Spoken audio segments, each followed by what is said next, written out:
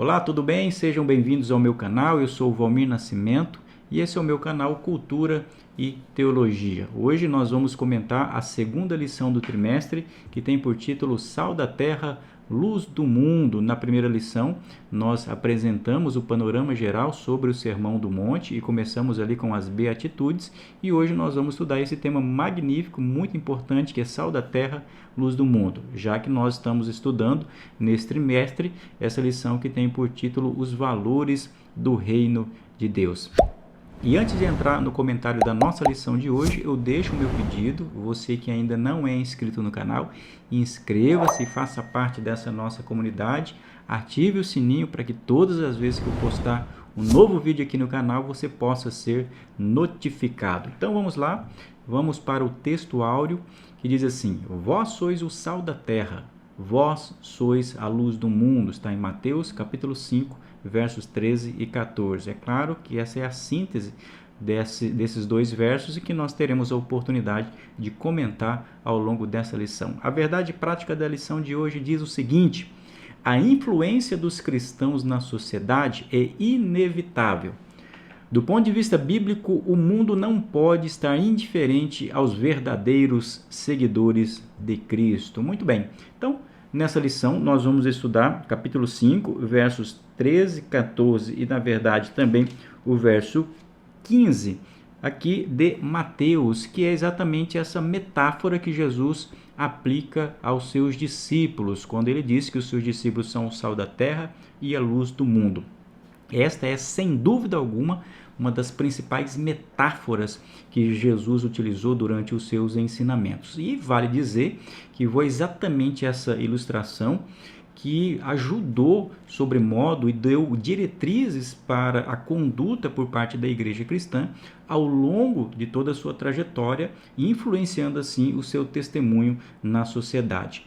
E hoje, portanto, nós vamos estudar o que significa dizer que os cristãos são o sal da terra e são a luz do mundo. Aqui é interessante, logo no início, logo nessa introdução, destacar que essa declaração de Jesus sobre os discípulos, ou acerca dos seus discípulos, dizendo: vocês são o sal da terra e vocês são a luz do mundo, está logo após as bem-aventuranças. E isso é muito significativo para nós, porque nós teremos a oportunidade de perceber que essa declaração de Jesus, de que os discípulos são sal da terra e luz do mundo, está se referindo à missão dos cristãos aqui nesse mundo, uma das faces dessa missão que é bem abrangente. Mas é interessante notarmos que essa missão ela deve ser precedida de valores, de princípios que a fundamentam. É exatamente por isso que as bem-aventuranças vêm antes dessa declaração.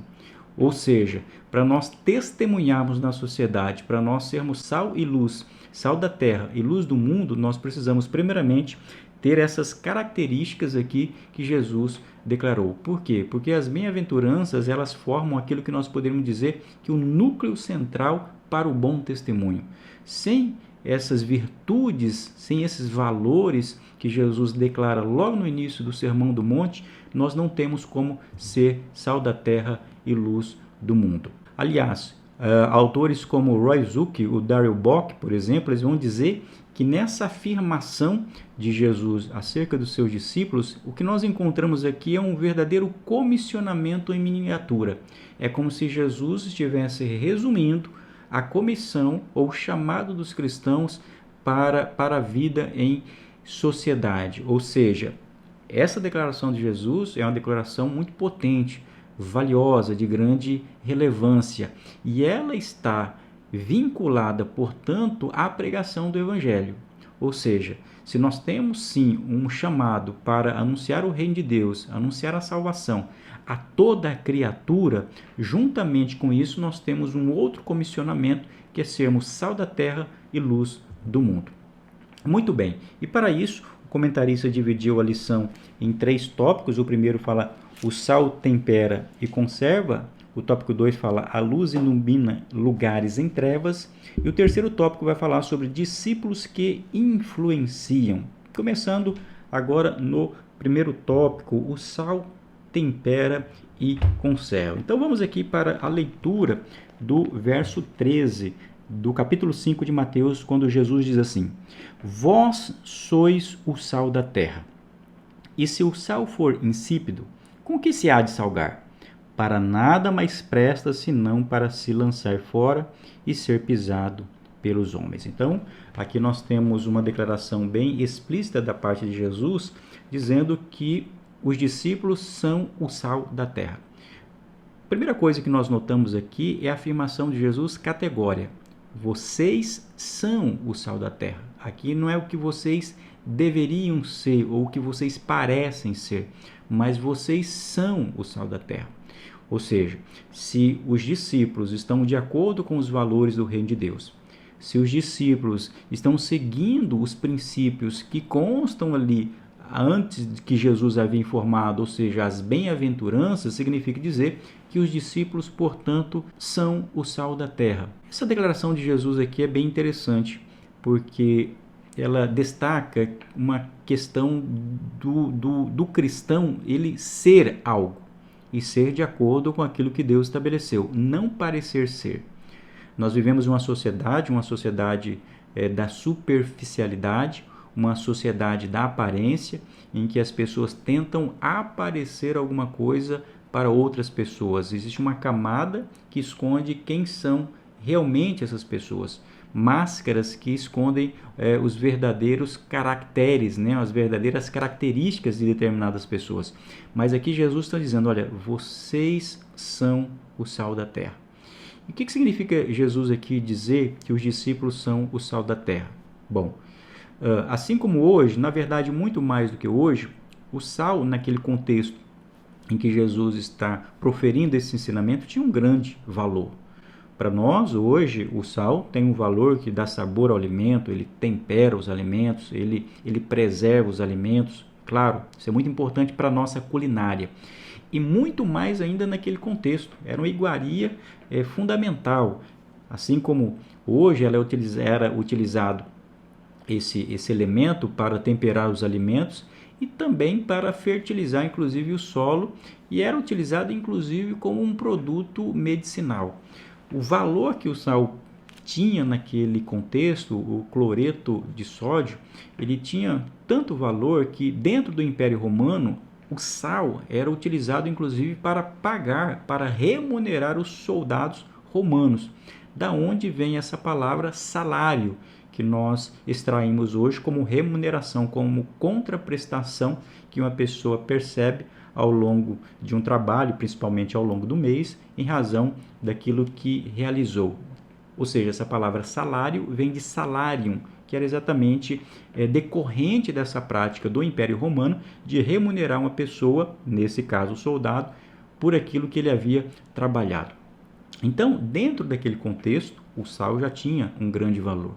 Aqui, o que Jesus está destacando para os seus discípulos é: se vocês mantiverem as características essenciais, tal qual o sal tem as suas características essenciais para dar sabor aos alimentos, para preservar os alimentos, para temperar os alimentos, da mesma maneira vocês hão de preservar a terra com relação à corrupção moral.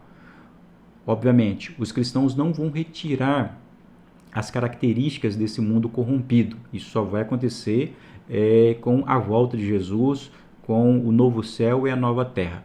Mas enquanto os cristãos estão nesse mundo, no ambiente em que eles estão, nos cenários em que eles estão inseridos, significa dizer que o cristão ele vai fazer a diferença dentro daquele ambiente.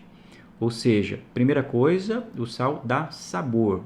Sabor realmente é aquilo que mostra a relevância daquele alimento que está sendo saboreado, que está sendo comido. Imagina você pegar um alimento que precisa de sal, que ele precisa ser salgado, mas não tem o sal. E nesse caso aqui, Jesus está falando exatamente sobre o sabor do alimento.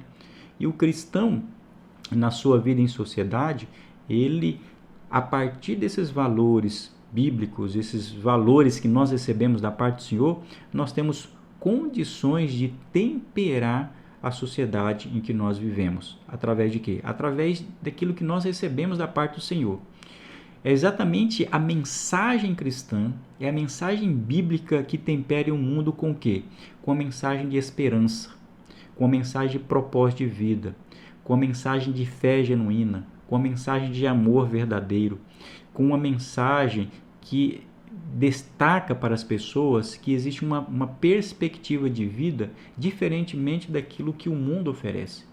Enquanto nós vivemos em uma sociedade em que há desesperança, uma sociedade que está ausente de fé, uma sociedade corrompida, violenta e que conduz o ser humano à sua pecaminosidade, a mensagem cristã e, sobretudo, o testemunho cristão como sal da terra, ele é capaz e tem aí a incumbência de temperar o mundo. Então, dar sabor e temperar o mundo em que vive.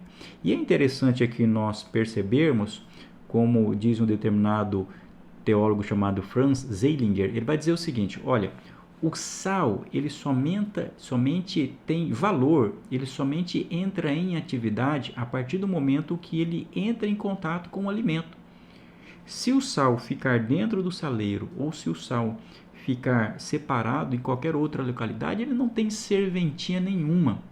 O sal ele só entra em atividade, tem as suas propriedades percebidas e valorizadas a partir do momento em que a pessoa pega e joga sobre um alimento, seja para dar o tempero ou seja para preservar.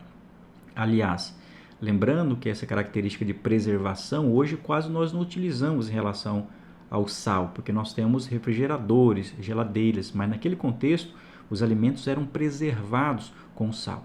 E é interessante, portanto, esse aspecto do sal. Só entra em atividade quando entra em contato com o alimento. Ou seja, nós, como sal da terra e luz do mundo, estamos no mundo, estamos dentro dessa comunidade. Nós não fomos chamados para viver em guetos separados da sociedade. Nós estamos na sociedade, nós estamos envolvidos com a educação, nós estamos trabalhando, nós estamos envolvidos com a política, nós estamos em meios em que há pessoas, existe um grupo social, nós estamos inseridos em uma comunidade, em um bairro, em uma família.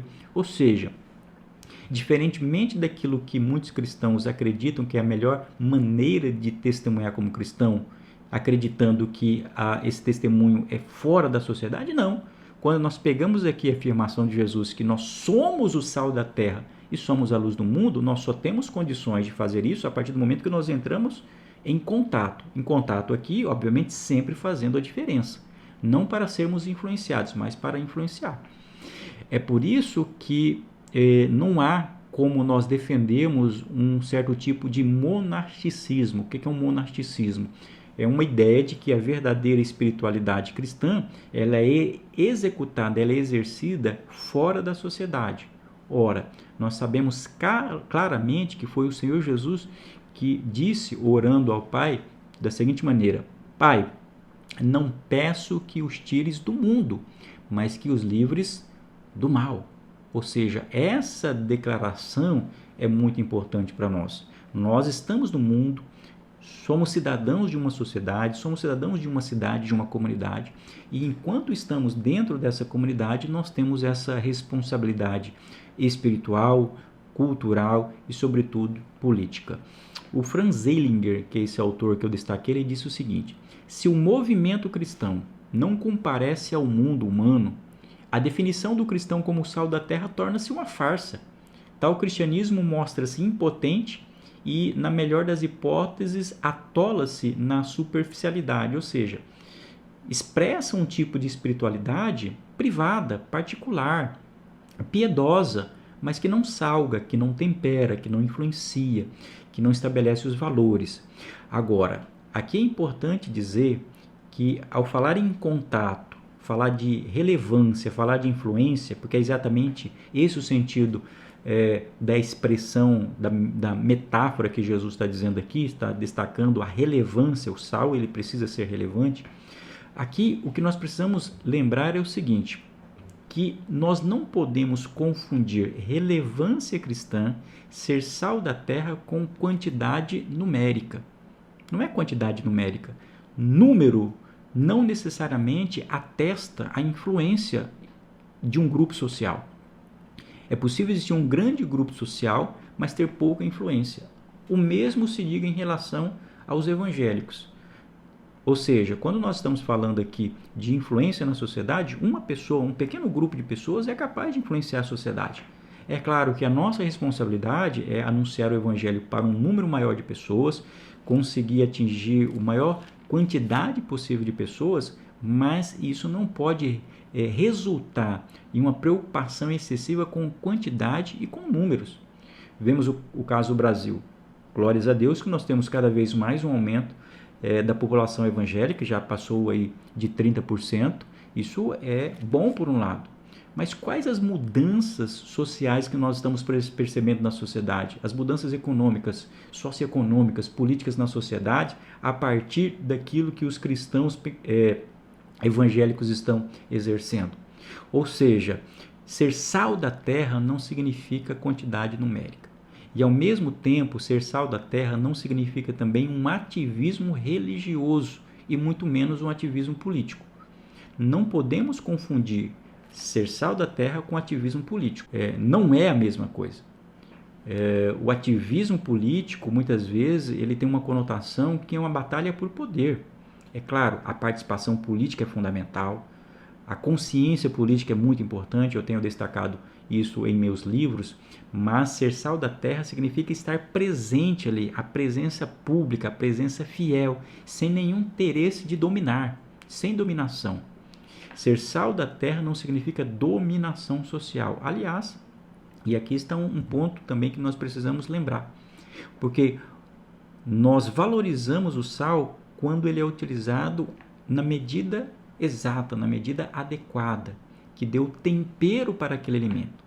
Quando nós colocamos muito sal em um alimento, o que acontece?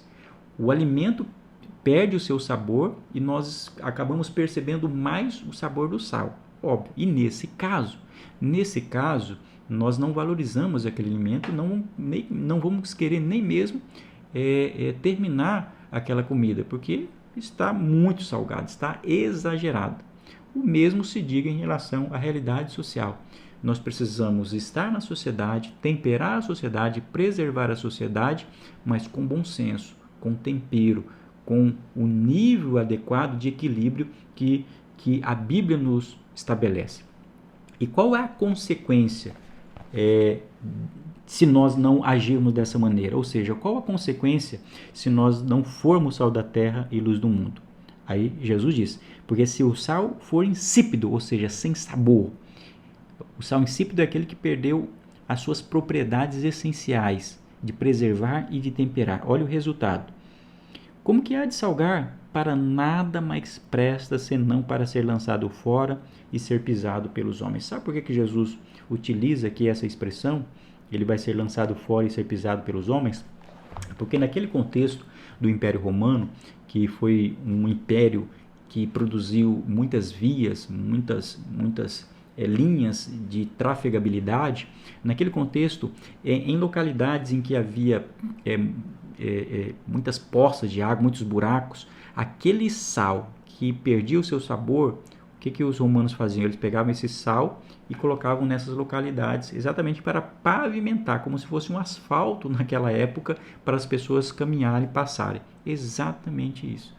Olha que triste aquilo que Jesus está afirmando aqui, o resultado quando um sal perde o seu sabor. Ele vai ser pisoteado, ele vai ser massacrado pelo mundo, pelas pessoas, pela sociedade.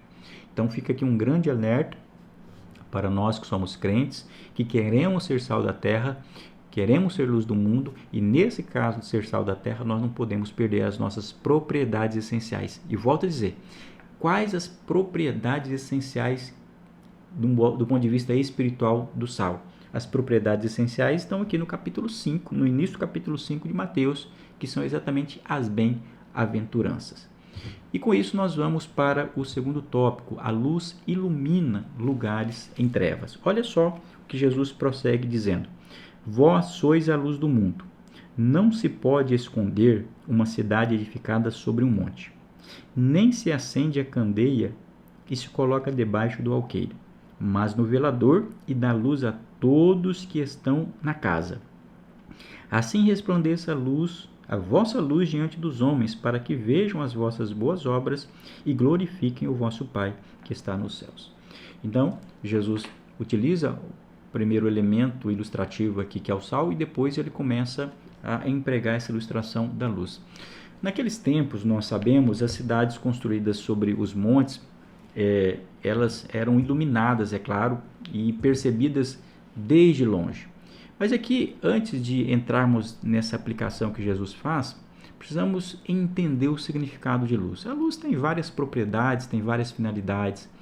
Ela ilumina, ela aquece, enfim, ela dissipa, portanto, as trevas em um determinado ambiente. De maneira muito direta e bem resumida, nós podemos dizer que quando Jesus utiliza aqui a simbologia da luz aplicada aos cristãos, Jesus está dizendo o seguinte, está simbolizando a transparência da vida cristã. Está falando sobre o testemunho na sociedade através de uma conduta reta, através de uma conduta virtuosa, através daquilo que nós fazemos na sociedade. E de maneira que as pessoas vejam, mais uma vez, percebam aqui a relação entre os efeitos do sal para temperar e para salgar e da luz que é percebida pelas pessoas. Antes de tudo, aqui é preciso dizer, embora Jesus diga que os discípulos são a luz do mundo, nós sabemos que essa luz não é própria. O cristão não tem luz própria. Nós simplesmente refletimos a luz que é o próprio Cristo. Nós lemos lá em Mateus capítulo 4 e o verso 16, quando diz que Jesus Cristo começou o seu ministério. Aos que viviam na região e sombra da morte, resplandeceu-lhes a luz. O que é isso? Jesus é a luz que ilumina todo o homem que vem ao mundo. Então, ele é a luz verdadeira. Ele é o sol da justiça. O cristão, ele resplandece, ele manifesta, ele ilumina onde está a partir do reflexo que ele recebe de Cristo. Aqui, quando Jesus vai utilizar essa simbologia, ele usa duas ilustrações. Primeiro, a cidade edificada sobre o monte. E o segundo é a candeia. Aqui é interessante aplicarmos. Olha que coisa interessante.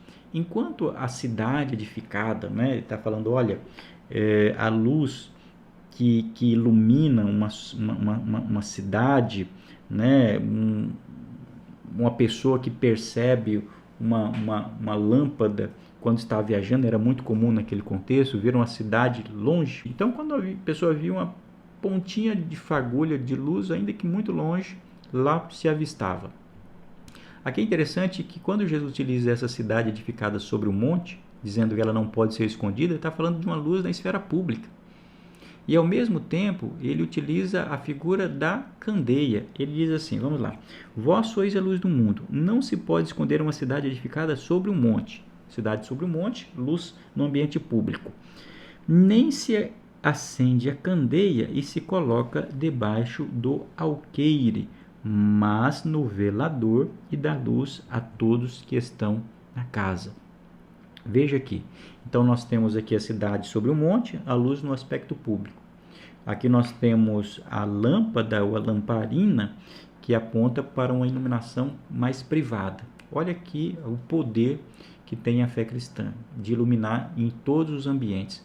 Aqui nós sabemos que essa ideia de alqueire aqui era o quê? Era uma vasilha que era feita de barro geralmente, que servia para medir os cereais, né? E o que Jesus está dizendo aqui, olha, você não vai acender e vai colocar debaixo desse alqueire. Você vai colocar uma vasilha, vai abafar aquela luz. Você tem que colocar ela em cima de um velador, onde colocando sobre aquele móvel, que era um móvel mais alto do que os normais, que servia para colocar exatamente as lâmpadas, com isso todo o ambiente seria iluminado. Veja que coisa interessante. Aqui Jesus está dizendo exatamente que a fé cristã ela não pode ficar simplesmente restrita a lugares que não são percebidos. É claro, existe uma dimensão da fé particular que isso acontece, mas para demonstrar o vigor e o poder que há na fé cristã, ele precisa ser colocado em que todas as pessoas possam perceber.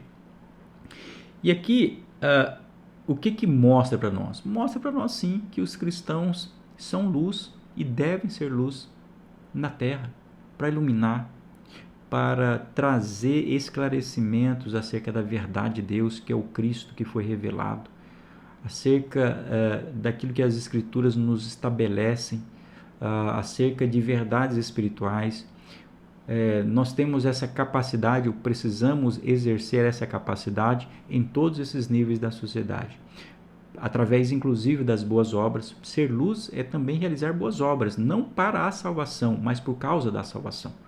Ser luz aqui não é só falar, mas é viver, é trabalhar em todas as esferas, é defesa da família, é defesa da liberdade, é defesa da vida, mas é defesa também do oprimido, do pobre, daqueles que precisam. Através dessas ações, nós somos notados, nós somos percebidos. Aliás, é interessante perceber que Jesus vai finalizar dizendo o seguinte, olha, assim resplandeça a vossa luz diante dos homens. Sim, é diante dos homens que a luz deve resplandecer. Homens aqui são aqueles que não são crentes, aqueles que não conhecem ainda Cristo, porque através desta palavra, do nosso testemunho, as pessoas verão a Cristo nas nossas vidas. Aí Jesus diz a consequência. Para quê? Para que vejam as vossas boas obras e glorifiquem o vosso Pai. Olha, ver as boas obras. Sim, nós não seremos salvos pelas boas obras. Tiago já falou sobre isso, porque e Paulo também. Mas aqui o que nós estamos destacando é exatamente o fato de que as boas obras demonstram que nós somos iluminados por Cristo, que nós recebemos essa salvação, somos regenerados, somos santificados. Então, é interessante perceber essas palavras de Jesus. Assim resplandeça a vossa luz diante dos homens, para que vejam as vossas boas obras. Sim, no movimento protestante, né, ao longo do protestantismo, até para contrariar a venda de indulgências e a valorização, sobretudo, das boas obras, muitos protestantes ao longo da história acabaram rejeitando essa percepção e o valor que as boas obras têm. E nós precisamos entender, porque Tiago disse que a fé sem as obras ela é morta. Ela é morta. Mas veja, não é mostrar por mostrar. Porque aqui Jesus também vai dizer, vai concluir dizendo, para quê? Qual que é a finalidade última? Para que glorifiquem o vosso Pai que está nos céus. Então, o cristão, ele vai para a sociedade, ele é luz na sociedade, não para se aparecer, não para ser uma celebridade, mas para glorificar o nome do Senhor, para que o nome do Senhor ele seja glorificado na nossa vida, através daquilo que fazemos, né? E assim nós vamos chegando ao terceiro tópico, que tem por título Discípulos que influenciam. O comentarista diz assim: o sal não aparece, pois atua de maneira oculta e silenciosa. Essa referência nos ensina que antes de testemunharmos publicamente é preciso renovar o homem interior. Ou seja, antes de propagar uma mensagem pública, ela precisa ser verdadeira dentro de nós. Nesse sentido, o nosso testemunho não será titubeante. Assim, o sal poderá estar fora do saleiro, espalhando-se por todo o mundo. É aquilo que eu havia declarado. Ser sal da terra e luz do mundo é algo público, mas começa no privado, na devoção, naquilo que é no nosso coração, nos nossos valores que foram alterados. Porque uma atuação pública que simplesmente falseia aquilo que a pessoa não é, isso é mera teatralização. E o mundo percebe isso, as pessoas percebem isso.